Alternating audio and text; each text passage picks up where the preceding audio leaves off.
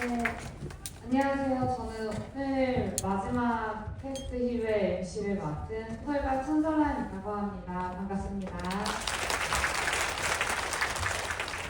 오늘 대부분 많은 분들이 처음 오셨겠지만 이게 4회차로 마지막이에요. 그래서 원작이 있는 소설이나 만화, 그리고 영화, 드라마, 그리고 테마에 맞게 배우님과 함께 대화를 하는 장소이고요. 오늘 마지막으로는 그래픽 노블을 원작으로 하고 있고 최근에 이제 영화로 개봉한 얼굴에 대한 이야기를 할 시간입니다. 요즘에 대한민국에서 가장 핫한 키워드 두 개라고 하긴 좀 그렇지만 두 가지 이름들이 있죠. 하나가 두종쿠랑 박정민 배우님이신데요. 여쭤보니까 두종쿠를 모르시더라고요. 이게 바쁜 사람은 원래 뭐가 핫한지 잘 모르더라고요. 그래서 일단 이렇게 모시게 돼서 너무 영광이고요. 요즘에 어떻게 지내시는지 근황 먼저 여쭤보겠습니다. 별다르고 우선 인사부터 드리겠습니다. 저는 정일입니다. 근황이라고 할 거는 지금 라이브 관련 공연을 매일매일 하고 있고요. 매일매일은 아니거든요. 일주일에 4번 정도 하고 있고요. 쉬는 날에는 출판사 출근해서 일하고 있고 그게 답니다. 너무 바쁘신 것 같은데요. 그렇죠. 네. 네. 바쁜데 막상 또 일하는 시간 총량을 계산해 보면 뭐 그렇게 열심히 일을 하지는 않은 것 같고 보면 그거 사실 2시간 하는 거잖아요. 2시간을 하기 위해서 그 전에 한 6시간을 몸 풀고 긴장하고 쓸데없는 생각하다가 보내는 거라 사실상 또 바쁘지는 또 최근에 또 영화가 개봉한 지 그렇게 오래되지는 않았잖아요. 그러면 GV 행사도 굉장히 많으셨을 텐데 네. 오늘 또 이 자리에 함께 해주셔서 너무 영광이고 출연을 결심하게 된 계기가 있으신가요? 뭐 이런 말씀 뭐 하겠지만 작가님이 부르셔서 왔습니다. 여러분 제가 불렀습니다. 네, 일단 저희 오늘 작품에 대한 얘기를 나누고 오늘 테마 수행하는 나에 대한 이야기를 나눌 건데요. 여러분 다들 보셨겠죠? 영화 얼굴. 제가 방심하고 틀었다가 정말 충격을 받은 영화인데요. 그리고 최근에 이제 배우님이 핫하게 했던 청룡영화제 영상도 이제 최근에 보고 영화 얼굴을 보면서 느꼈던 가장 큰 지점은 이런 단어가 조금 그렇긴 하지만 배우님이 진짜 눈알 연기를 잘하시는구나.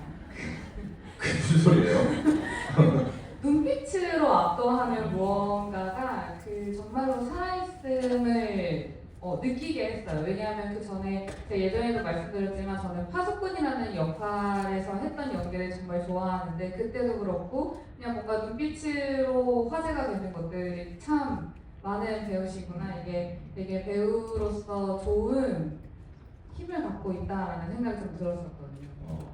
뭐 그렇게 말씀해 주시면 감사한 일인데 사실 저는 그렇게 생각해 본 적은 단 한 번도 없습니다. 눈빛이라는 키워드는 사실 저한테는 일종의 컴플렉스 같은 거였어요. 정말 그 눈빛으로 유명한 배우들이 많이 있잖아요. 뭐 예를 들어서 파수꾼 같은 경우도 사실상은 이재훈이라는 배우의 그 순간순간마다 변하는 그 눈빛이 주는 감정들의 변화에서 관객들이 굉장히 놀라움을 느끼실 거고 여러모로 그런 저런 눈빛을 갖는 사람은 도대체 어떤 삶을 살았길래 저런 눈빛을 장착하고 있을까라는 생각을 하면서 지냈던 배우라 그렇게 말씀해 주시는 게 굉장히 감사하면서도 제 개인적으로는 그게 납득은 안 가요. 근데 이번 얼굴에서는 배우님의 그 눈 연기를 빼놓을 수 없잖아요. 다들 공감하지 않으시나요? 저는 보면서 이분의 이런 연기를 볼 수 있다는 게 너무 감사했고 예전에 한번 기억하실지는 모르겠지만 저희가 이제 출판사로 만났을 때 배우님이 제가 이것저것 하는 것에 있어서 아니 그냥 글만 쓰세요라고 하셨던 적이 있어요. 그래서 영화를 보고 딱 제가 느낀 소감은 배우님을 출판계에서 퇴출시켜야겠다 다시 영화만 주구장창 찍으시도록 해야겠다는 생각이 들 정도로 너무 압도적인 거고요. 그 영화에 대한 얘기를 조금 더 해볼게요. 이번에 얼굴은 연상호 감독님의 그래플 노블이 원작이잖아요. 배우로서 시나리오를 읽었을 때와 출판인으로서 책을 볼 때 작품을 보는 눈이 조금 다르시나요? 그리고 이 시나리오를 받았을 때 해야겠다라고 마음을 먹게 된 이유가 있으신가요? 저는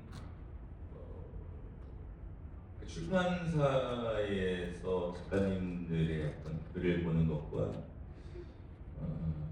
배우로서 어떤 시나리오를 받아서 읽을 때랑 뭐 크게 느낌을 다르지는 않은 것 같아요. 그냥 그 글의 형태가 다를 뿐이지. 이 글은 충분히 이야기를 해볼 만한 가치가 있는 것이다라는 생각이 드는 것은 사실상 느낌인 거잖아요. 저는 보통 느낌에 의해서 좀 선택을 하는 안 좋은 버릇을 갖고 있는 배우라. 근데 그런 느낌들, 좋은 느낌을 주는 글들은 다 공통적으로 작가의 어떤 이야기, 작가가 하고 싶은 말들이 굉장히 명확하게 들어가 있는 것 같다라는 느낌을 받아서 보통 그렇게 좀 다른 것 같지는 않고, 이 시나리오를 받았을 때는 해야 되겠다라는 마음을 가진 건 사실 시나리오를 보고 그런 건 아니었어요. 원래 이 그래픽 노블이 있었고, 그 기훈의 명작인 염력이라는 영화가 있습니다. 사람들에게 많이 알려지지 않은 감독님의 그 두 번째 실사 영화 염력이라는 작품을 찍고 나서 무대 인사하는 과정에서 감독님의 얼굴이라는 책이 나왔고 선물로 주셨고, 그래서 집에 가자마자 이제 봤더니 너무 재밌었어요. 좋은 기억을 갖고 있었죠. 그래서 감독님이 영화로 그거를 만들고 싶다고 하셨을 때 또 제가 거기서 실없이 할게요 이렇게 할 수는 없으니까 그럼 시나리오를 주세요 하고 이제 시나리오를 받았어요. 근데 똑같은 거예요. 그 얼굴이. 근데 알고 보니 시나리오가 없어서 제가 시나리오 달라고 하니까 놀래가지고 새벽에 그냥 그 만화를 펴놓고 시나리오를 쓰신 거예요. 천재는 다르다. 네. 그래서 똑같았어요. 그거는. 그래서 뭐 시나리오를 보고 와 역시 다르다라는 느낌은 뭐 없죠. 어쩔 수 없이. 근데 그 원작이 워낙에 마음을 울리는 게 커서 당연히 감독님 작품이니까 해야 되겠다라고 해서 한 거죠. 시나리오에 대한 지분이 생각보다 막대하신 것 같은데요. 어쨌든 이 영화 자체가 배우님을 통해서 시작한 영화가 되겠네요. 그러니까 자기가 시나리오를 갖고 있는 줄 알았대요. 주려고 하드를 열어봤더니 없어서 무력을 써서 저한테 가장 먼저 주시고, 그걸 이제 배우들과 스태프들에게 공유를 하는 거죠. 뭐 막말로 치자면 그게 맞을 수도 있는 거죠. 제가 달라고 그래가지고. 그러면 좀 더 작품에 대한 얘기를 네. 하자면 그 그래픽 노블을 처음 봤을 때 이 이야기 작가가 하고 싶은 의도가 어떻다고 느꼈어요? 그러니까 사실 얼굴이라는 작품 자체는 좀 시각적으로 보면 좀 뚜렷한 주제의식인 것 같긴 해요. 헷갈리지 않는 을 가지고 읽으셨는지 아니면 배우님만의 해석이 좀 더 가미된 게 있었는지.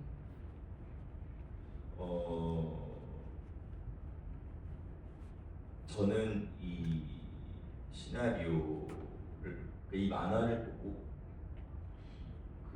그러니까 이제 보통 이 영화를 보신 관객분들도 그 이야기를 많이 하시죠.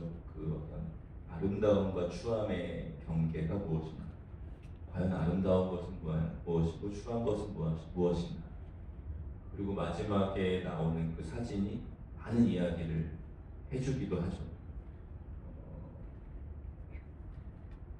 그 정도의 마음으로 제가 읽었던 것 같아요. 그 만화를 볼 때도, 시나리오를 볼 때도, 그리고 연상호 감독님의 작품을 제가 몇 번 출연을 했고, 제가 거절한 시나리오도 있으니까 감독님의 시나리오를 꽤 많이 본 편인데, 감독님의 시나리오에는 늘 본인이 하고 싶은 말이 정확하게 있거든요. 그리고 그것이 굉장히 삐뚤어져 있어요. 그러니까 사회를 보는 이 시선이 굉장히 비뚤어져 있다. 좋은 의미로. 예. 그래서 충분히 항상 해야 할 만한 이야기들을 하고 있는 감독님이다라는 생각은 있었는데, 제가 이번 영화에서 좀 놀랐던 건 방금 말씀드렸던 것처럼 저는 이 영화를 아름다움과 중앙 그 사이에 어딘가, 그리고 사람들의 인식과 편견 이런 거에 대한 이야기로 저는 좀 생각하고 있었는데, 감독님께서 원래 그런 사람이 아닌데 갑자기 그런 얘기를 이제 배우들한테 하셨어요. 이 시나리오를 자기가 쓰기 시작한 가장 큰 이유는 1970년대에 성장 위주의 발전, 그러니까 성장 위주의 그 발전을 도모하던 이 국가가 과연 무엇을 놓치고 있었는가, 무엇을 버리고 우리가 여기까지 왔는가. 그럼 이 시대에 우리는 그 시대를 회상하면서 무엇을 기려야 하는가 라는 마음으로 시나리오를 썼다는 거예요. 제가 이 사람 생각보다 더 거북적으로 영화를 만들고 있었구나 라는 좀 놀라운 마음을 느꼈었어요. 그래, 이게 결국에는 이 영화를 보면 사람들이 아름다움과 추함에 대해서 많은 이야기들을 하시겠지만, 그래, 내가 살아보지 못했던 그 과거에 누군가의 엄마, 누군가의 아빠, 누군가의 누나와 동생은 그 나라를 위해서 자기의 어떤 것들을 많이 버렸을 것이고, 그것들을 미처 국가에게 감사하다는 마음을, 그 말을 듣지 못한 채 응당 그래야 한다라고 생각하고 여기까지 왔을 수도 있다. 네. 저 그 마음이 되게 가득했어요. 이 영화를 처음 시작할 때. 그래서 제가 이 영화에 조금 더 열심히 해야 되겠다라고 생각한 워딩이기도 했어요. 이 얘기를 들으니까 제가 사실 영화를 다 보고 나서 2번 정도 더 봤거든요. 제일 궁금했던 건 사실 결말에서 사진이 꼭 나왔어야 했을까라는 생각이었어요. 저는 사실 나오지 않을 줄 알았어요. 저는 원작을 더 나중에 봤거든요. 그래서 영화를 볼 때에는 그 영희라는 인물의 얼굴이 끝까지 나오지 않겠다라는 생각을 했던 이유 중에 하나가, 그 영화에서의 결말 전까지 그 관객과, 이걸 보고 있는 관객과 그 다음에 영규 길이고 그의 어떤 정의로움이나 선함을 쫓잖아요. 근데 마지막에 그 얼굴이 딱 나온 순간 세상이 갖고 있는 미의 기준을 관객에게 밀어버리는 느낌이 나는 거예요.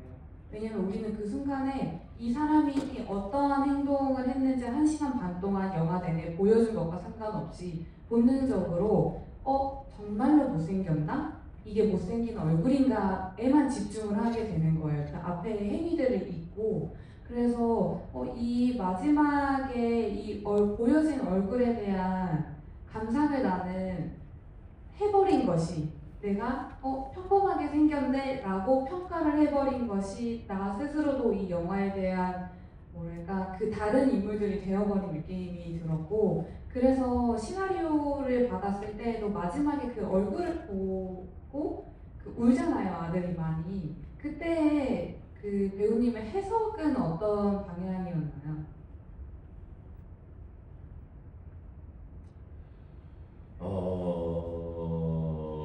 사실 그 사진을 처음, 그러니까 좀 약간 이건 해석의 여지는 아니었어요. 연기하는 입장에서 어쨌든 이 어머니라는 내가 보지 못했던 어떤 사람에 대한 어떤 험담들을 듣고 이제 시간 이유를 추적을 하고, 없는 줄 알았던 엄마가 갑자기 이제 어떤 죽은 백골이 되어서 나타나서 나에게 어떤 존재가 되어버리고, 그래서 그런 것들을 좀 뭐 이렇게 촬영을 하다 보면 나도 모르게 누구나 그럴 거예요. 내면적으로 쌓여요. 그런 것들이 약간의 스트레스가 돼서 쌓이는 걸 수도 있을 텐데 그 말들이 쌓이거든요. 그래서 저는 사실 그 사진을 촬영하는 날 보고 싶었어요. 네. 그 그 순간에 사진, 네. 그 촬영할 때 내가 딱 처음 보면 어떤 감정이 나올까 너무 궁금했어요. 근데 어느 날 감독님이 헤 이거 봐라 이 사진 이거다 이렇게 보여주는 거예요.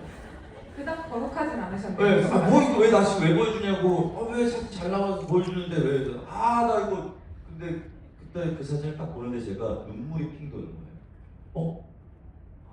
이게 현빈이의 얼굴을 어떻게 개조해서 만든 사진인데 신현빈 배우 이제 얼굴에서 정영이를 연기하는 뭔가 그 설명할 수 없는 어떤 감정이 훅 느껴지는 게 느껴지더라고요.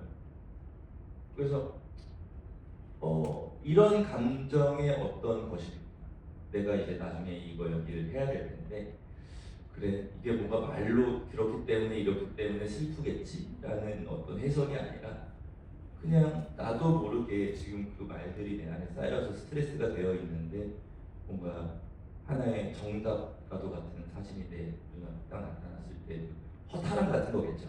가여움도 있을 것이고. 그래서 그냥 그 당시에 느꼈던 감정들을 기억해서 촬영에 구현을 해내려고 노력을 했던 것 같아요. 이건 어떤 해석의 여지가 아닌 것 같고, 그리고 이제 이 영화의 마지막에 나오는 사진은 사실, 그러니까 이제 그 작가님처럼 마지막에 사진이 나와야 되냐, 안 나오는 게 더 좋지 않아? 또 있고, 그 사진이 평범한 거야, 못생긴 거야 하는 논란도 있고, 그러니까 이야기거리들을 그렇게 제공하려면 결국에 사실 나왔어요. 제 생각. 사진이 안 나왔으면 너무나도 해석이 방대해지면서 감독이 하고 싶은 말을 감정을 못 집었을 것 같다는 생각이 저는 좀 뒤늦게 들더라고요. 그리고 그냥 이건 나중에 든 생각인데 동화는 결국에는 이제 엄마 얼굴을 본 거죠. 영규는 엄마 얼굴을 한 번도 보지 못해요. 이 엄마의 얼굴을 본 사람과 보지 않은 사람의 이 다음은 아마 스텝이 좀 다를 것이다. 사실상 임동환은 이명규의 복사본 같은 사람이라고 생각합니다.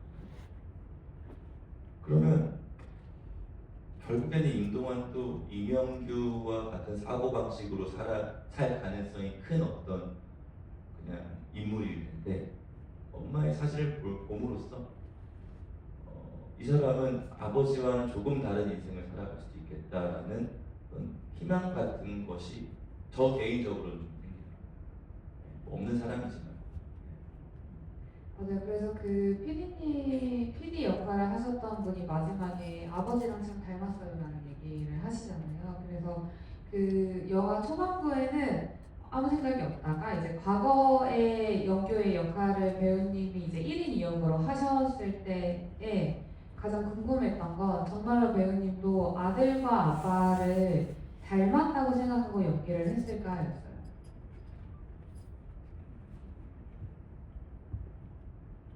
그러지 않았던 것 같아요. 이명규는 이명규로서의 목적성이 따로 있고 임동환은 임동환으로서의 어떤 목적성이 따로 있기 때문에 그걸 함께 연기하겠다라고 생각하고 하진 않았던 것 같은데 그냥 이 선택 한 배우가 아버지와 아들을 연기하겠다라고 그냥 애초에 처음에는 저의 욕망 어린 선택, 눈에 띄고 싶은 어떤 배우의 욕망, 습성이 나중에는 그게 1인 한 사람이 마치 닮은 듯 표현이 되는 아버지와 아들이 연기한 것이 영화적으로는 그 방금 작가님 말씀하신 것처럼 그런 어떤 의도성을 취할 수 있는 꽤 근사한 선택이었을 수 있겠다 생각은 추후에 들었죠. 그럼 혹시 영화 촬영을 하면서 어떤 장면이 가장 기억에 남나요?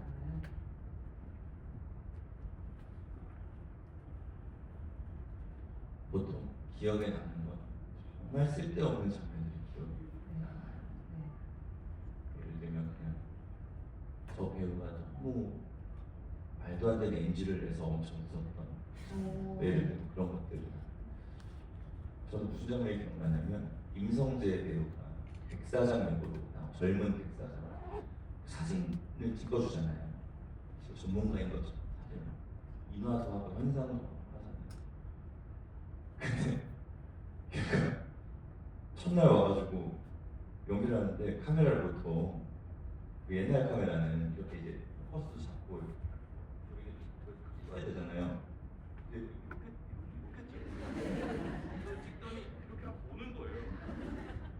미친놈 아니야? 뭐가 나온다고 그 뒤에를 보냐고. 나 자기도 습관처럼 하나도 준비를 안 해갖고만 서로 막 농담 삼아 엄청 웃었거든.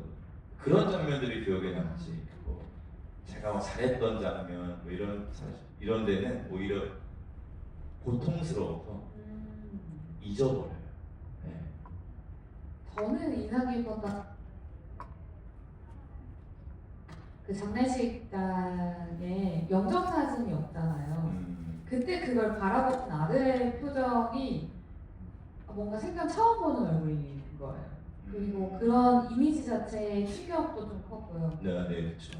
그리고 두 번째는 방금 이제 깨달았는데 사실 저는 그 이명규가 용의를 아무 이렇게 투표에 자기가 던졌다고 믿잖아요. 그 주변에 네.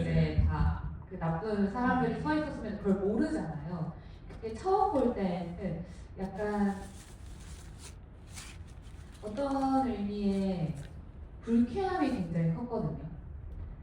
이 장면에서 내가 느끼는 감정이 약간의 장애에 대한 조롱과 불쾌함? 그거를 느끼게 할 법한 장면인가? 라는 어떤 처절함? 이런 게 동시에 느껴졌거든요. 왜냐면 이명규라는 캐릭터는 정말로 자신이 받아온 멸시를 그만 끝내고 싶었던 처절함이었는데 그 마지막에 처절함까지도 누군가가 그 완전히 덮어줄 수 없던 밝혀진 거잖아요. 근데 방금 배우님께서 감독님이 어떤 거룩한 느낌으로 이 영화를 만드셨던 의도에 대해 말했을 때 딱 그 생각이 들었어요. 그 1970년대에 우리가 소설 중에서도 난쟁이가 수월린 공처럼 뭔가 바쁘게 흘러가고 누군가가 죽어가고 있음을 누군가가 바라보고 있음에도 그거를 그냥 덮어버렸던 그 시체를 국가가 수습하고 묻어버렸던 그 시대의 처절함이 너무 잘 느껴진 거예요. 그래서 이 이명규라는 캐릭터가 보이지 않는 캐릭터이지만 본인 안에 아름다움과 추함이 있다라고 믿고 있고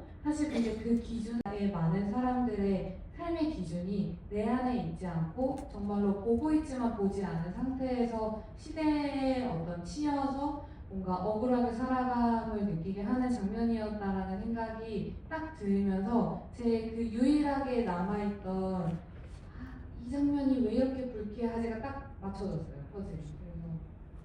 그래서 개봉할 때 GV라면 해주시지. 저 지금 잘하는데. 너무 늦었네.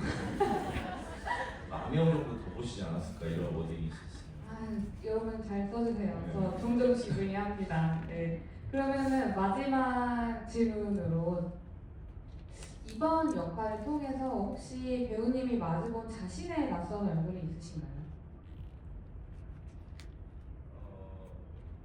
뭐 낯설다라기보다는 어떤 순간이 있었는데 놀랍게도 방금 그 장면이에요. 그 영희를 숲에 던지는 장면에서 저희가 진짜 돈도 없고 시간도 없고 여건도 안 좋고 막 그 산도 그 돈이 많았으면 더 깊숙한 데로 들어갈 수 있는 것을 진짜 동네 야산 같은 데 가가지고 찍은 거예요. 깊은 산 속인 것처럼.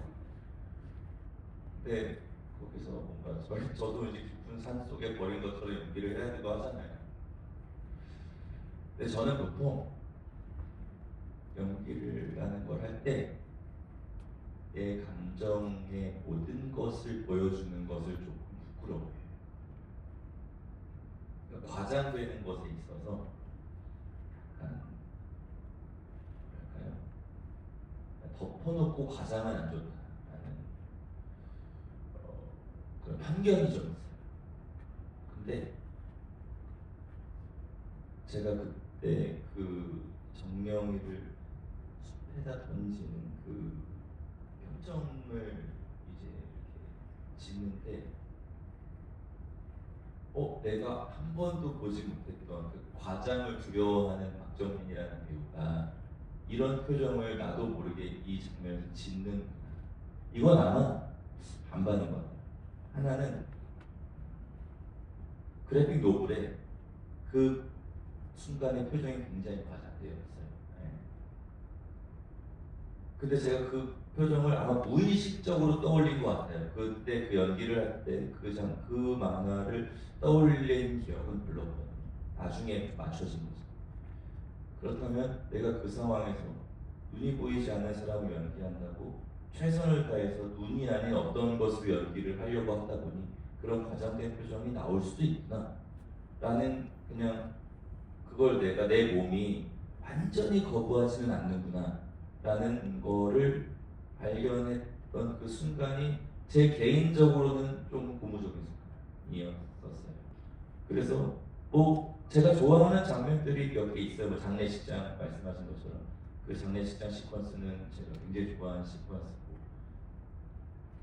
그 시장통에서 백사장이랑 이야기하고 이런 것들을 제가 되게 좋아하는 장면 중에 하나인데, 그냥 어떤 얼굴이 제일 좋아요? 이 영화에서? 라고 하면 저는 그냥 무심결에 가장 먼저 생각나는 표정은 그 순간의 표정과 얼굴이에요. 그건 아마 저한테 또 다른 어떤 용기를 준 얼굴이어서 그렇지 않을까라는, 그냥 제 자신 혼자 추측하는 바죠. 그거 약간 그런 거겠죠. 글을 쓰다가 어느 순간 몰입이 확 됐을 때 내가 전혀 쓴 기억이 없는 문장이 나올 때의 느낌과 비슷하겠죠. 그런 문장을 써본 적이 없어서 잘 모르겠어요. 그 엄청난 비슷하겠죠. 짜릿함. 네. 저도 몰입을 했다는 거니까요. 이런 얘기를 듣다 보면 참 그 배우님이 이 역할을 굉장히 충실하게 수행했던 배우로서의 어떤 얼굴일 것 같은 게 딱 그 얼굴인데요.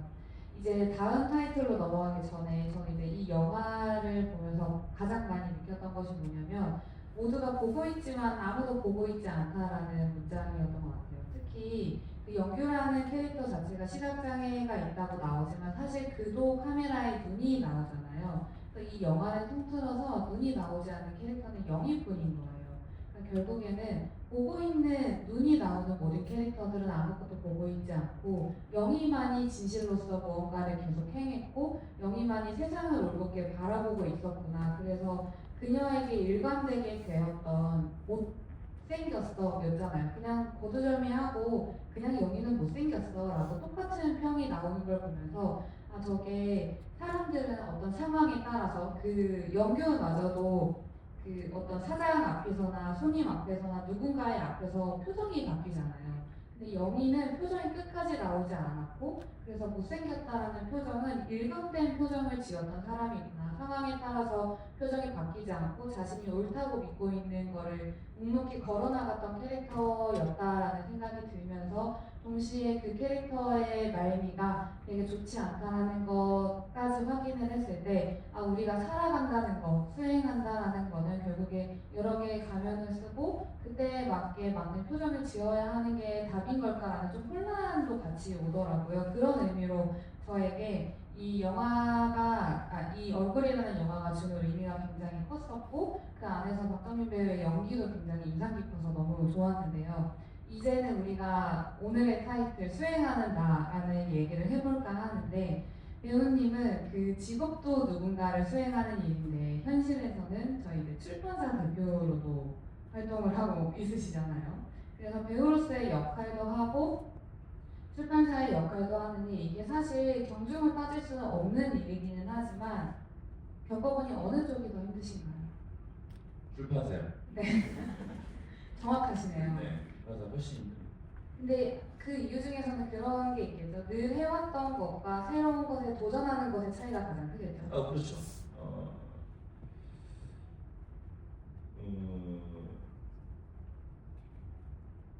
그러니까 배우는 말씀하신 것처럼 제가 계속 해오던 것들이고 노하우도 있고요. 그리고 배우는 너는 연기만 잘하면 돼. 나머지는 다 우리가 다 하는 사람들이 있어요. 가장 가깝게 매니저도 있고요. 감독님도 계시고 제작사의 대표님도 계시고 스태프들, 그리고 동료 배우들이 서로가 잘할 수 있게 도와주고 그러다 보니까 이제 그런 노하우들이 좀 생기는데 이건 제가 처음 해본 출판 대표는 이제 막 본격적으로 한 게 이제 올해부터니까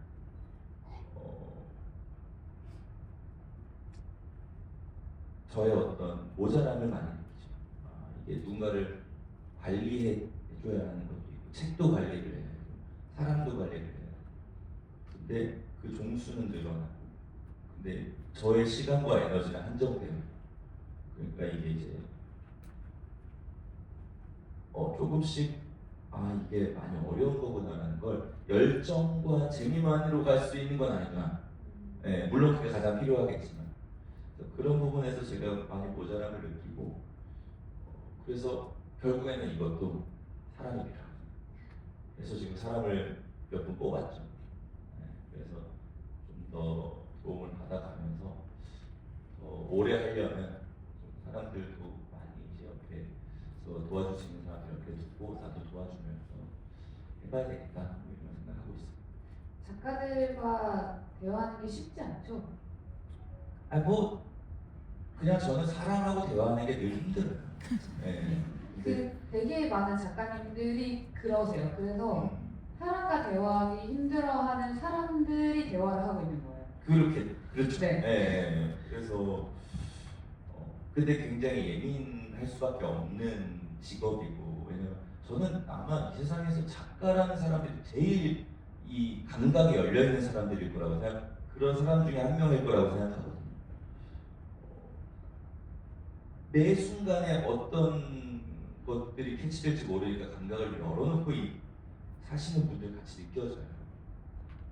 그래서 그 순간에 느끼는 것들을 적어놓기도 하실 테고 언젠가는 내가 이걸 써봐야겠다는 각오도 하실 테고 굉장히 예민하게 곤두세우고 있는 사람들 중에 하나가 작가님들일 텐데 그런 분들이 글만 잘 쓸 수 있게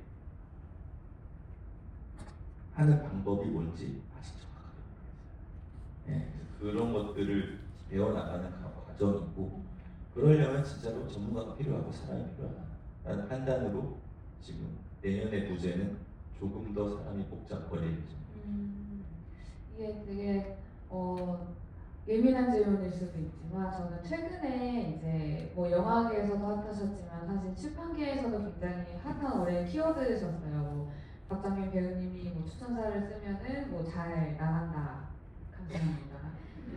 제 책에 추천사를 써주셨거든요. 덕분에 잘 나간 것 같습니다. 예. 근데 동시에 사실 출판에서 책보다 작가 이름이 먼저 나가거나 출판사보다 출판사 대표 이름이 먼저 앞세워져서 홍보가 되는 경우들이 점점 더 엄청난 부담이실 것 같다는 생각이 드는 거예요. 이게 어떤 하나의 마케팅의 수단일 수도 있지만 이게 처음에 본인이 어떤 책을 만들고 출판사 대표로서 어떤 임무를 수행하겠다라고 했을 때의 방향성과는 조금 더 다른 느낌인 거죠. 그래서 출판계는 아니실까요? 부담감이 크죠. 부담감과 사실 그게 좀 어려워요. 이게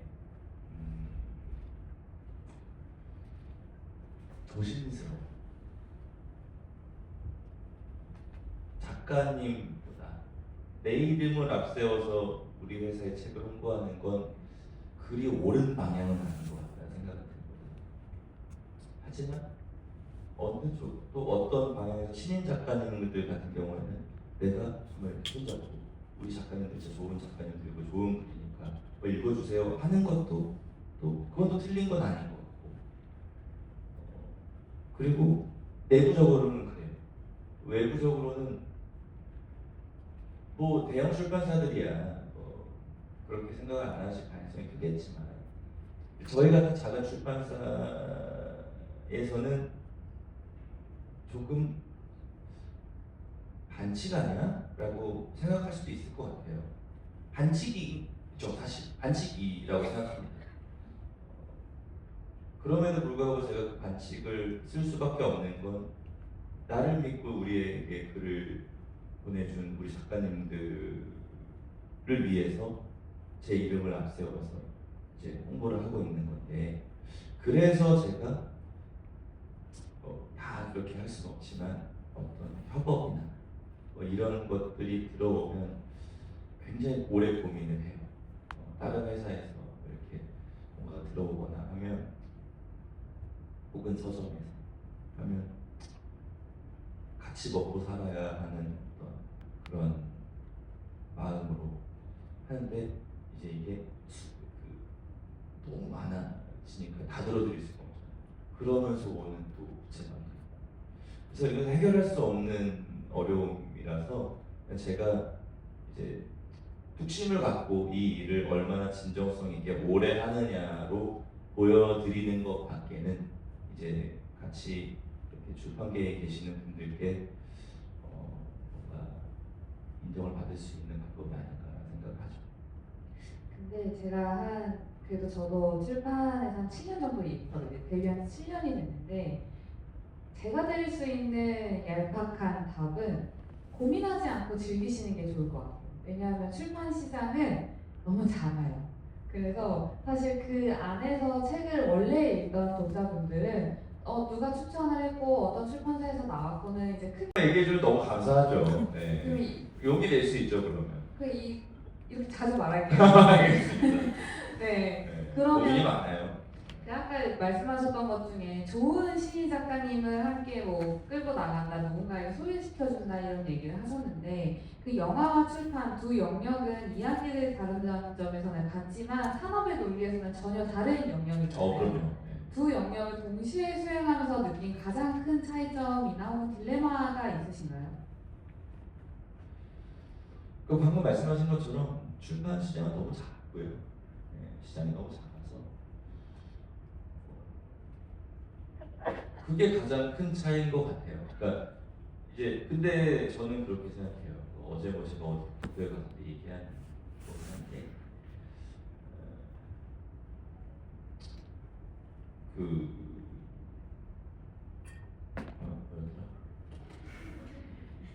갑자기 머리가 까먹었어요. 죄송합니다. 아니, 그럴 수 있죠. 제가 요즘 이래요. 네, 그럴 수 있어요. 네. 네, 오늘도 일을 하고 오셨죠? 네네네. 하고 왔는데, 아무튼 또 이거예요. 책은 가장, 그러니까 이렇게 뭐랄까, 창작자가 걔가 이렇게 해가지고, 물론 작가님들이야 너무 고생해서 쓰시는 글이지만 가장 저렴하게 낼 수 있는 예술 작품이라고 생각해요. 네. 그리고 그에 반비례하게 확장성만큼은 그 어떤 것보다 그 한계가 없는 게 저는 또 책이고 글이라고 생각하거든요. 그래서 저는 이 출판 일이 굉장히 재밌고 좋아요. 내가 지금 만들고 있는 이 책이 책으로서만 존재할 수도 있겠지만 또 어떤 것으로 확장되어 나갈 수 있다는 그 가능성이 굉장히, 저는 그 형태가 굉장히 예쁘다고 생각하고 고귀하다고 생각해서 내가 이걸 만들고 있다라는 내 자신이 기특할 때도 있어요. 네. 그런 지점이 굉장히 좋죠. 그리고 영화는 물론 요즘 영화 시장이 좀 안 좋다고는 하지만 내가 정말 좋아하는 사람들과 많은 사람들과 협업해서, 물론 많은 돈이 들어가지만 길게는 6, 7개월, 짧게는 3, 4개월 동안 영화를 찍어서 많은 사람들한테 동시에 내보일 수 있다. 네. 그리고 한 공간에서 같이 볼 수 있다라는 어떤 그 희열은 또 포기할 수 없는 거거든요. 그래서 그런 지점이 너무 확연하게 달라서 이 일과 이 일을 동시에 하는 게 굉장히 행운이라고 생각합니다. 예. 누군가가 이런 일을 해보고 싶다, 어떤 배우가, 어떤 누군가가, 그러면 저는 추천해요. 무리하지 않는 선에서 한다. 그래서 굉장히 저는 그냥 제가 느끼기엔 내 나름대로 굉장히 가치 있고 값진 일을 하고 있다라고 생각이 들어서 굉장히 좋습니다. 네, 말씀해주신 것처럼 일단 저는 소설을 쓰는 사람이니까 소설가를 택했던 이유가 저는 원래 이제 영화 감독이 꿈이었거든요. 네네. 학창 시절 때는. 네. 근데 그때 영화과에 들어가면 졸업 작품 찍을 때 사비가 5천만 원 정도가 든대요. 뭐가요? 사비로 영화 독립 영화 찍을 때. 아, 그 나중에 네. 네. 그래서 포기했어요. 근데 그거 어떤 미친 사람이 사비로 5천만 원 찍어요? 저는 이제 안양역으로 다녔으니까 영화과에 갔던 선배들이 와서 영화 찍을 때 돈 많이 든다. 그리고 영화를 한 편 망해서 회가망신 사람 감독들이 많다. 저는 혼자만 하고 싶었거든요. 그래서 소설가가 됐어요. 영화가 망하면 감독이 패가망신하지 않죠. 투자한 사람이 패가망신하지. 아 그걸 좀 더 네, 일찍 알았더라면 그러니까요. 달라졌겠지만, 근데 역시나 소설은 앉아서 제가 완결만 쓰면 완성될 수 있는 그렇죠. 거예요. 그리고 그때는 뭐 요즘은 노트북을 쓰지만 그때는 교수님들이 흔히 펜과 종이만 있으면 뭘 못하겠냐 이런 얘기를 하셔서 이제 소설을 택하게 됐는데, 말씀해주신 것처럼 뭔가 소설이라는 거는 작가가 어떠한 허들이나 누군가의 참견도 없이 그냥 무궁무진하게 펼쳐내는 거잖아요. 근데 우리가 막 보석 같은 거 원석을 볼 때도 사실 원석 너무 아름답지만 이 아름다움이 덩그러니 있는 게 소설이라면 이 원작의 영화나 뮤지컬로 만드는 것은 그냥 그런 생각도 해요. 무제라는 회사를 비단, 아니 물론 이제 정체성은 영원히 출판사로 가져가겠지만 비단 출판사로만 남겨놓고 싶지도 않아요. 이 회사가 너무 욕심이 큰가? 아니요 욕망을 네, 뭐 제작도 할 수 있는 거고 언젠가 제가 뭐 공부가 된다, 혹은 뭐 전문가가 온다. 그래서 우리가 갖고 있는 이 IP들을 IP 그냥 책으로만 남겨놓는 것이 아니라 우리가 뭐 어떻게 해서 영화로도 만들어보고 뭐 공연으로도 만들어보고 할 수 있을 것 같다라는 생각이 저는 좀 들거든요. 그래서 좀 그런 공부들도 좀 해보려고 해요. 나중에 꿈은 이제 이런 극장에서 영화가 시작될 때 우리의 리더 필름, 무제의 리더 필름이 나오면서 네. 그게 저의 어떤 꿈 중에 하나가 된 거죠. 잘 꼭 이루어졌으면 좋겠어요. 왜냐하면 지금 실제로 원작이 영화나 뮤지컬 연극으로 팔리는 경우가 굉장히 많은데 이게 최근에 진짜 활발하게 이루어진 일들이라 그 어떤 계약이라든지 형태나 이런 게 아직 잘 모르는 출판사들이 많아요. 그래서 오히려 저는 제가 직접 막 제작사를 만나는 이제 과정들이 몇 년 겪다 보니까 반대로 출판사가 저한테 문의하는 경우도 굉장히 많거든요. 근데 만약에 이렇게 그 상업의 구조나 논리를 잘 아는 사람이 가운데서 무언가를 해준다면 이 영화가 될 때 원작에 대한 권리도 보장받을 수 있는 그런 시장이 될 수 있을 것 같다라는 기대가 됩니다.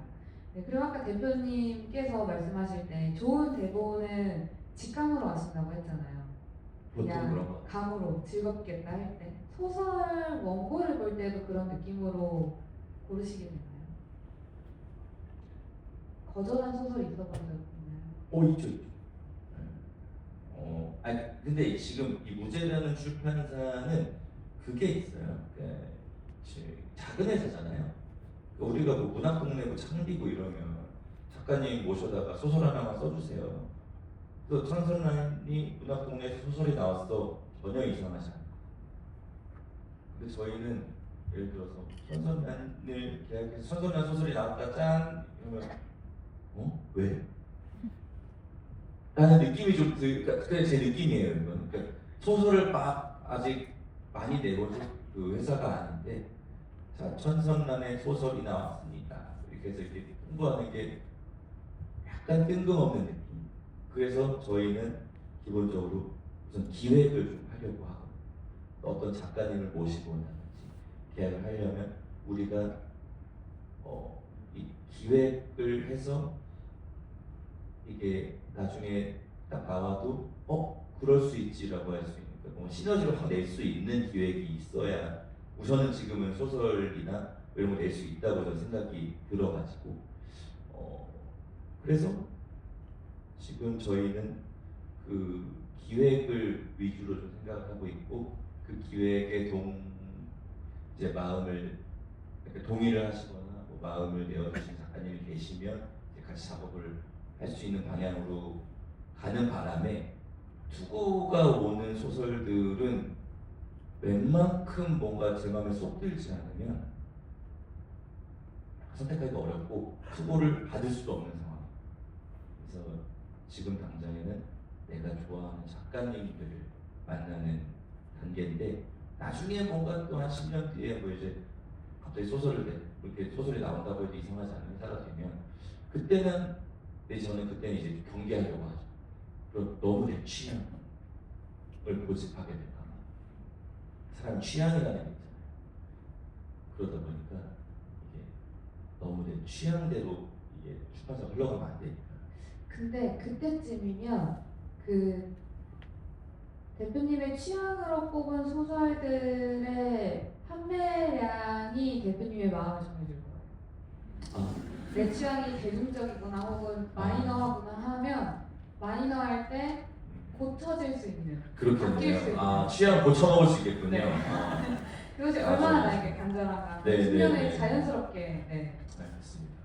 바뀔 것 같고, 그렇다면 저희가 또 그 되게 출판에 대한 얘기를 많이 해봤는데, 그럼 배우 박정민으로서의 목표와 출판인 박정민으로서의 목표가 다를 것도 같은데 각각 어떤 지향점을 향해 가고 계신가요? 뭐 다르다기보다는 지금은 제 본업이 배우고 물론 출판사 대표도 본업이 있죠. 근데 비중이 어쨌든 지금은 배우 쪽으로 좀 더 치중이 되어 있잖아요. 근데 어느 순간에 이렇게 디졸브가 되지 않을까. 그게 제 목표이기도 해요. 이제 내 본업은 누가 뭐래도 출판사를 하는 사람이 내 본업이고 배우는 취미로 하는 사람. 모두 원하지 않으실 것 같은데요? 그쵸? 아니에요. 한 15년, 20년 지나면 이제 또 이게 뭐 달라질 수 있잖아요. 그래서 이게 누군가 저를 필요로 한다면 뭐 배우를 계속 할 수 있겠죠. 배우는 그리고 누군가 저를 선택해줘야 되는 일이기 때문에 제가 하고 싶다고 할 수 있는 일도 아니니까 언젠가는 내가 우리 회사를 더 굳건히 지킬 수 있는 어떤 사람이 되는 것이 저의 출판사로서 목표고 배우는 뭐 꾸준히 하는 거, 꾸준히 하고 누군가 찾아줄 사람이 있다면 그때 가서 할 수 있는 것이 되는 것이 제 인생의 목표죠. 근데 조금 전에 말씀하셨던 것처럼 출판은 점점 다른 사람들을 책임져야 하고 그 회사를 운영하는 거잖아요. 네. 그런 점에서 봤을 때는 지금 하고 있는 연기가 정말 100% 즐길 수 있는 취미의 영역으로 가는 게 훨씬 좋을 것 같긴 해요. 이게 막 작품 수가 줄어든다, 뭐 3년에 한 번, 4년에 한 번 찍어세요 이런 게 아니라 그냥 그 순간순간의 연기를 정말 즐거움으로만 하게 되고 그 출판에서 받은 스트레스를 극장에서 풀고 뭐 그러네. 카메라 쓰게 될 때가 제일 베스트 아니에요? 그럴 수 있겠죠. 그리고 저는 언젠가는 뭐 농담 삼아 그냥 드리는 말씀인데 바지 사장도 되게 꿈입니다. 제 원래 꿈인데서. 네. 아니 왜냐면 전문가들, 내가 믿고 맡길 수 있는 어떤 직원들이 이 회사를 굳건히 지켜줄 수 있는 누군가가 있다면 저는 조금 더 거국적인 일만 해야 되는 거잖아요. 예, 그래서 그런 회사를 만드는 게 꿈이에요. 좋은 사람들이 이 회사를 딱 지켜줄 수 있는. 그러면 어떤 면에서 좋아하는 일과 잘하는 일이 좀 맞물려 가고 계신 것 같은데 혹시 그거를 해갈 수 있는 배우님만의 비결이나 혹은 그것들을 같이 해가기 저는 제가 정말로 잘하는 일을 하고 있다고 생각하지 않아요. 저는 제가 정말 좋아하는 일을 하고 있는 거지. 근데 그 좋아하는 일을 잘하고 싶어서 부단히도 노력을 하고 머리를 쓰고 어떻게 저렇게 해보려고 잔머리도 부려보고 하는 거지. 제가 정말 잘할 수 있는 건 이 일이 아마 아닌 거예요. 저는 그렇게 출판사요. 출판사도 배우도 둘 다. 그러니까 이거는 그냥 내가 어렸을 때부터 좋아하던 거를 직업으로 삼은 거예요. 행운이죠. 네. 그러니까 뭐 운이 좋게 돈도 벌 수 있게 됐고 그러다 보니까 막 사람들도 좋은 사람들도 저한테 와주기도 하고 굉장한 행운이라고 생각하는데 전 이 일을 내가 제일 잘하는 일이라고는 절대 생각하지 않아요. 그 잘하는 일이 뚜렷하게 생각나는 게 있으세요? 저는 네 있는데 뭐 말씀을 드릴 수 없어요. 네, 아니 다음 질문인데 앞으로 써보고 싶은 역할이 있다면 역할이요? 그 수행하고 싶은 임무 직업적으로나 연기적으로. 없어요. 막 있겠죠. 언젠가 또 그 충동 때문에 충동을 못 이겨서 또 뭔가 택하는 게 있을 거예요. 근데 재밌을 것 같아가지고 혹은 한번 해보고 싶어가지고 들이대고 하는 게 있을 거예요. 저도 저를 못 믿어요. 뭐 안 합니다. 이제 이런 말 안 하려고 합니다. 근데 저는 제가 잘하는 일을 하고 있습니다. 그건 아마 정말 잘할 텐데 생계 유지가 안 아니, 너무 궁금해지는데요.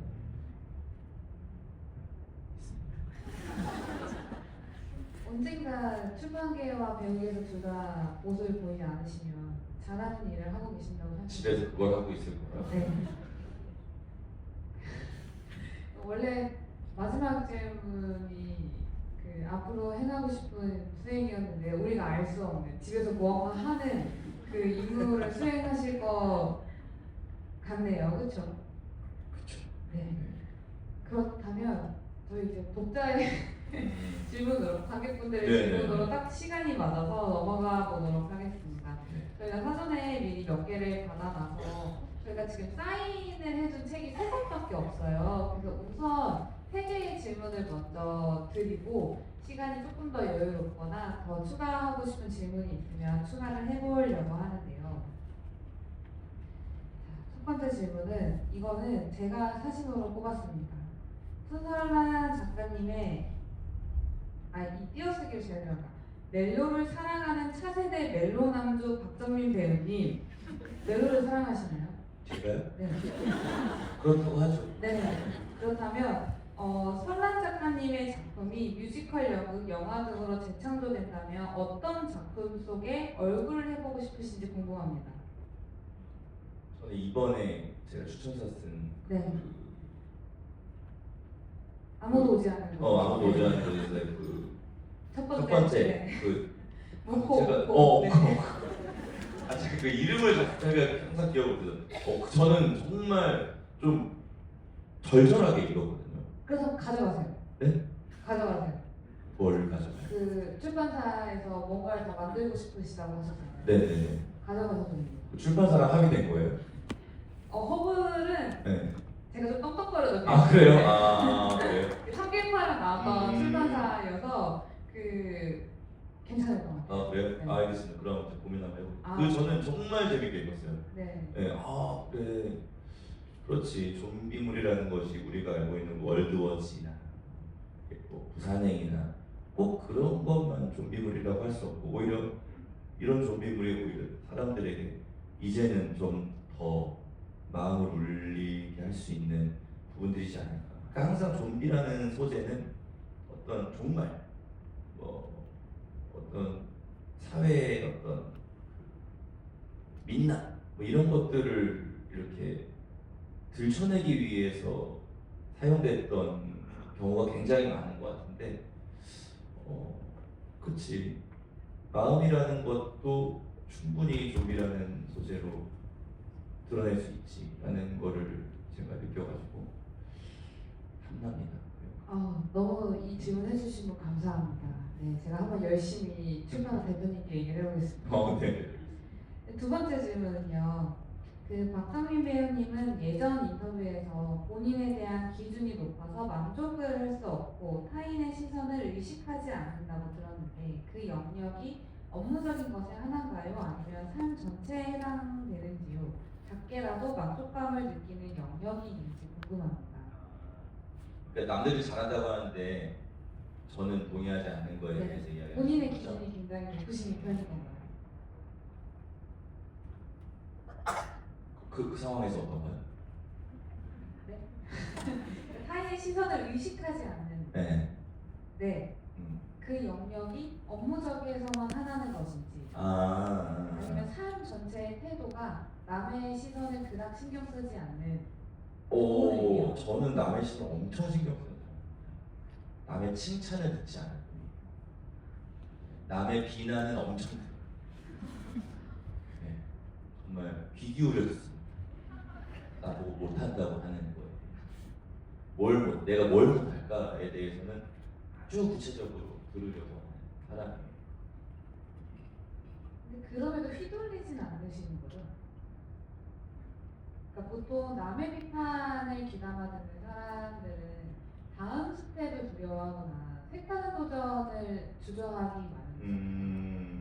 근데 그 배우님이 지금 저희와 1시간 동안 나눴을 때 얘기를 토대로 제가 느낀 배우는 네네. 좀 더 도전하거나 무언가를 행할 때 되게 잘 동력을 발휘하신단 말이에요. 그러면 누군가가 나의 어떤 면을 별로라고 하고 비난하지만 그렇구나 하고 다음 스텝을 밟아간다는 느낌이 들거든요. 그렇죠. 그러니까 저는 그런 거예요. 그러니까 비아냥은 듣지 않아요. 비아냥을 굳이 들을 필요는 없죠. 그 사람의 감정을 나한테 푸는 거에 있어서는 크게 들을 것이 없지만 정당한 비판들 있잖아요. 그런 것들을 듣고 다음 스텝에서 그러지 않으려고 노력하죠. 더 좋은 배우가 되기 위해서, 혹은 더 좋은 책을 내기 위해서, 그러려고 노력을 하죠. 그러니까 들어야 하는 것들은 충분히 들으려고 하고요. 그거에는 좀 휘둘려도 된다고 생각합니다. 네, 정당한 비판에 대해서. 그리고 다행히 그런 거에 휘둘리기 쉬운 사람일지언정 영화라는 거 특히 제가 본업만 이야기하잖아요. 영화는 현장에 가면 저를 휘두르는 사람이 너무 많아요. 네, 그래서 좋은 의미, 저를 도와주려고 하는 사람들이 엄청 많아요. 그렇기 때문에 그냥 저 할 걸 하다 보면 주변에서 막 도와줍니다. 잘할 수 있게. 우리나라에 연기 못하는 배우들 별로 없잖아요. 지금 영화를 보다 보면 네. 잘하는 사람이 더 많잖아요. 네. 뭐 못하는 사람 보일 수도 있죠. 왜저 사람밖에 연기를 못하고 할 수 있는데 우리나라 배우들이 연기 참 잘하거든요. 드라마 같은 거 보다 보면 잘하는 배우들이 훨씬 많잖아요. 영화도 그렇고. 그거는 저는 그 배우들만이 그 배우들 혼자만의 힘은 아니라고 생각해요. 그 배우가 잘할 수 있도록 엄청나게 많은 사람들이 그 현장에서 도와주는 거고, 정말 그 사람 촬영장을 벗어나서 촬영 끝나고도 감독은 편집, 음악 감독은 음악, 편집 감독은 편집, CG 감독은 CG. 이 사람이 연기를 잘할 수 있게 보여주는 것이 그 사람들의 임무기도 합니다.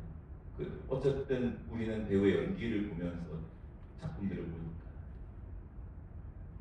그래서 현장에 가면 그냥 이렇게 도와주는 사람들이 많아서 믿고 하면 돼가지고 휘둘리지 않죠. 이번 영화 하실 때 연상호 감독님께서 주셨던 어떤 피드백 중에 기억나는 게 있으신가요?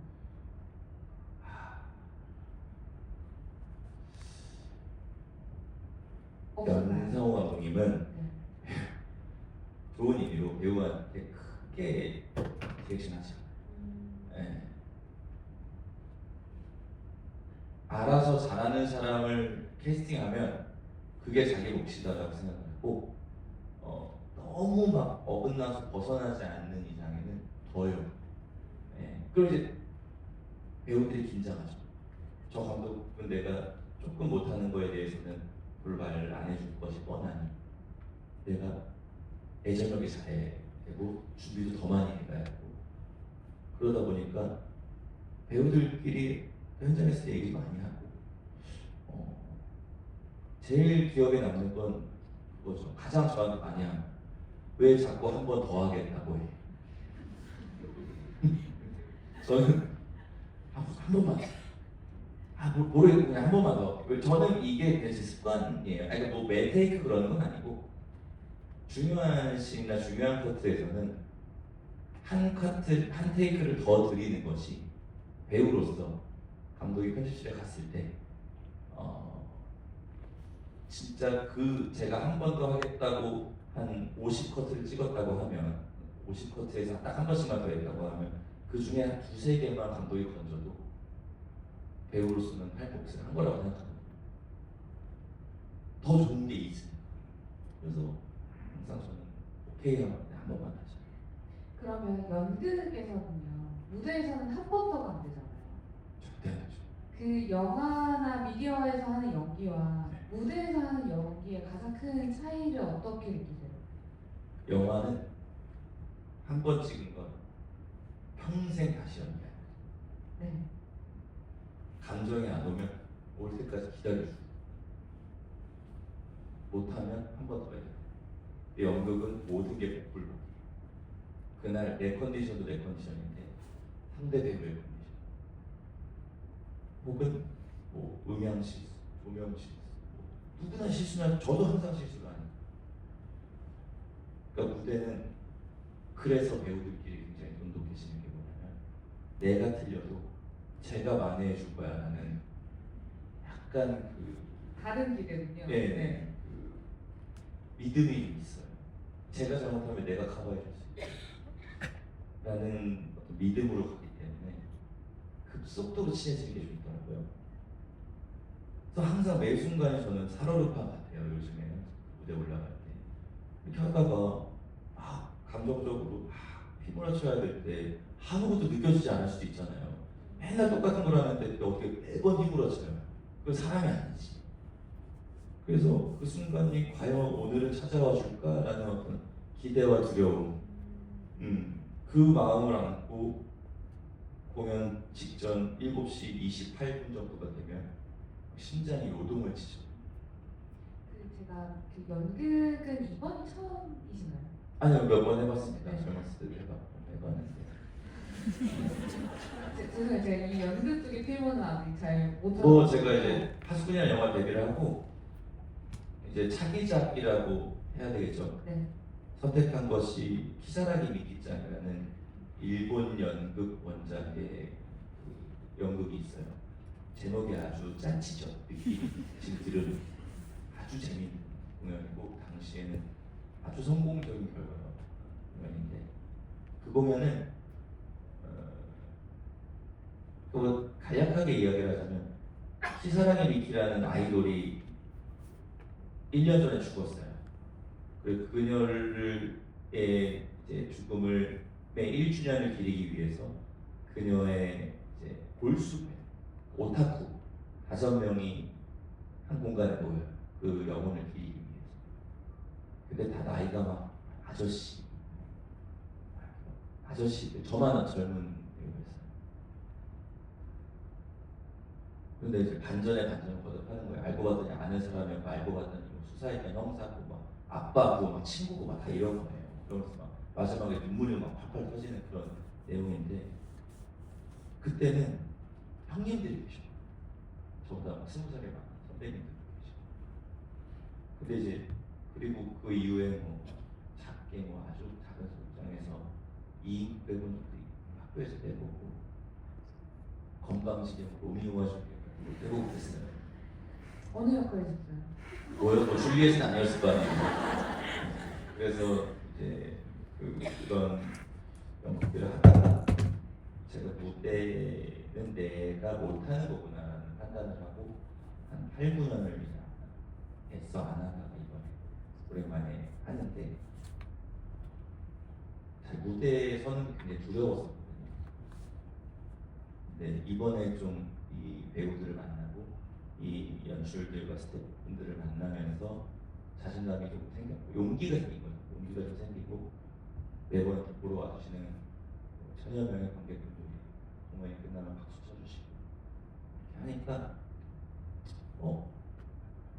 가끔씩 또 좋은 게 있으면 해보고 싶다라는 마음이 좀 생기는 중인데 또 모르죠. 한 2달 있다가 다시는 안 했다고 할 수 있어요. 남들살 끝냈을 때 네. 다시 무대에 올라가지 않겠다가 그럴 그럴 수도 있죠. 있겠네요. 네. 지금은 아주 좋습니다.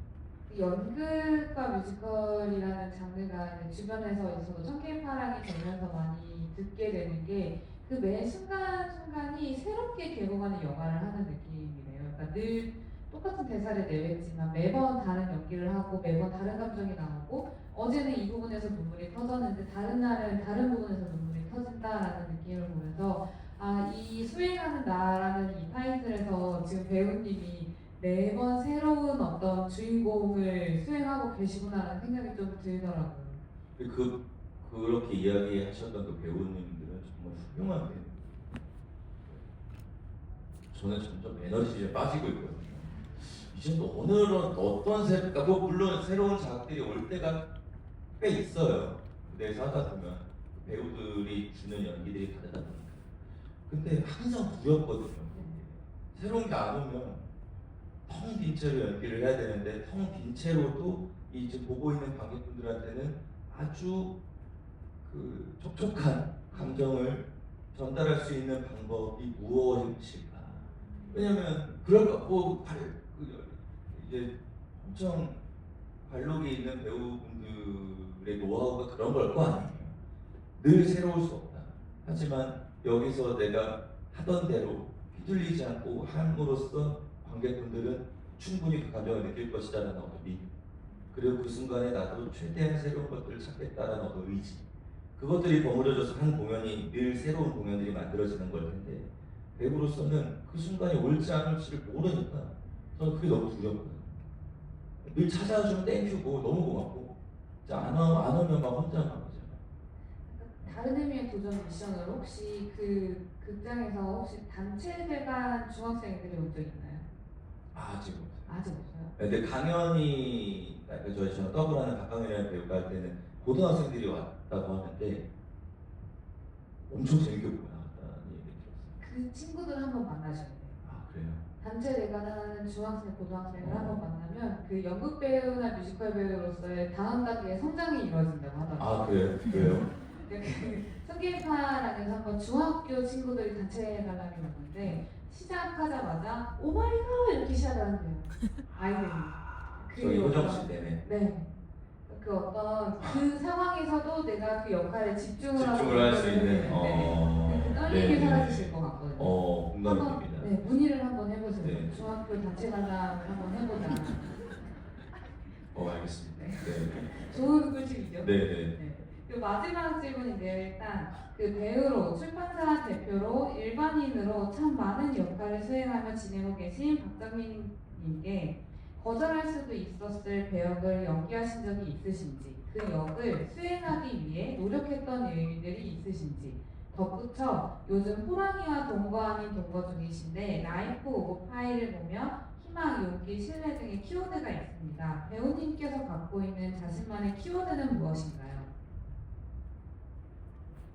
우선 첫 번째 질문에 답변을 드리자면 있죠. 거절을 하고 싶지만 할 수 없는 작품이 있어요. 그럼에도 열심히 합니다. 그거는 저 이제 임무니까. 거절을 하고 싶은 기준은 어떤 기준인가요? 저는 개인적으로 가장 이제 그것은 내가 못할 것 같아. 내가 나한테 이거 하라고 못할 것 같은데, 한데 뭐 어떻게 해가지고 마음이 통해서 잘 열심히 해보겠습니다. 라고 될 때가 더 있어요. 많지만. 그럴 때도 최선을 다합니다. 그거 아마 모든 배우들이 다 그러실 거예요. 못할 것 같은 것도 잘하는 것처럼 자신감 있게 하려고 노력을 하고, 그때도 많은 감독님들과 배우들이 도움을 주시죠. 사실 영화는 진짜 사람들이 모여서 만드는 거라 혼자 만드는 게 아니라고 저는 생각을 해서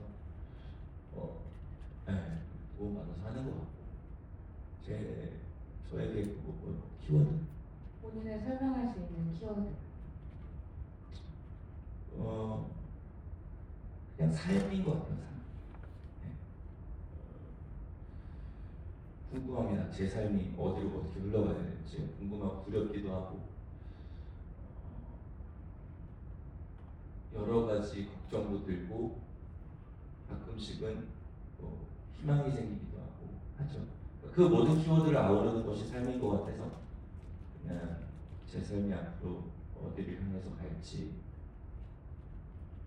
염려하고 가끔씩은 좋은 생각도 하면서 보내려고 하죠.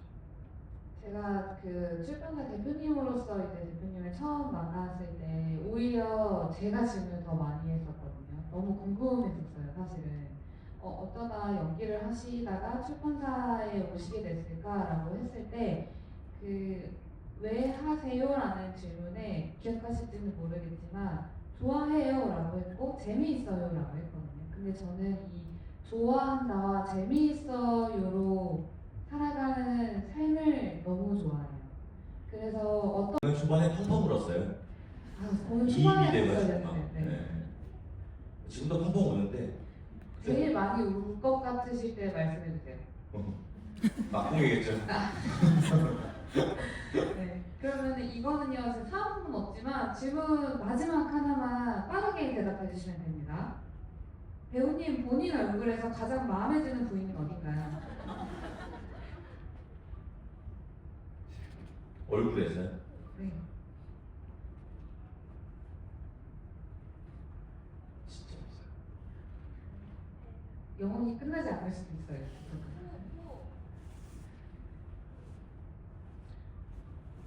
제가 코가 높아요. 네. 코가 커요. 그래서 옆에서 보면 코가 예쁜 것처럼 보이거든요. 네. 그 정도로 하겠습니다. 네, 네. 코가 제일 마음에 드신다고 합니다. 네, 오늘 저희 준비한 시간은 여기까지입니다. 오늘 제가 처음 이 텍스트입을 할 때 첫눈이 왔었어요. 근데 오늘 약간 진눈길기는 하긴 하지만 또 눈이 와더라고요. 근데 이 험한 길도 끝까지 와주셔서 너무 감사하고 오늘 어떠셨는지 짧게 소감 듣고 자리 마무리하도록 하겠습니다. 우선은 꽤 큰 극장인데 여러분들 이렇게 찾아와 주셔가지고 너무 감사드립니다. 이게 금방 표가 팔렸다고 그러더라고요. 어떻게 아시고 아셨는지 참 너무 놀랍고 너무 감사드립니다. 그리고 오늘 또 제가 너무 애정하는 저희 천선란 작가님과 이런 제가 너무 좋아하는 제 작품인 또 얼굴에 대해서 이런저런 이야기를 나눌 수 있다는 게 놀랍고 한 가지 아쉬운 건 여기 연성화 분님이 있었으면 정말 입이 귀에 걸려서 돌아갔을 텐데 저희 멘트도 괜찮았나요? 네, 그 작가님의 해석과 그 멘트들이 또 그의 어깨를 한껏 올려줄 수 있었을 텐데 전달해 주십시오. 예 그렇게 할게요. 그런 것이 조금 아쉽고 오늘 저의 답변이 뭐 여러분들께 어떻게 다가가는지 모르겠지만 오늘 제가 말씀드린 것들은 딱 12월 23일에 저의 이야기고 내일은 또 제 생각이 바뀔 수도 있습니다.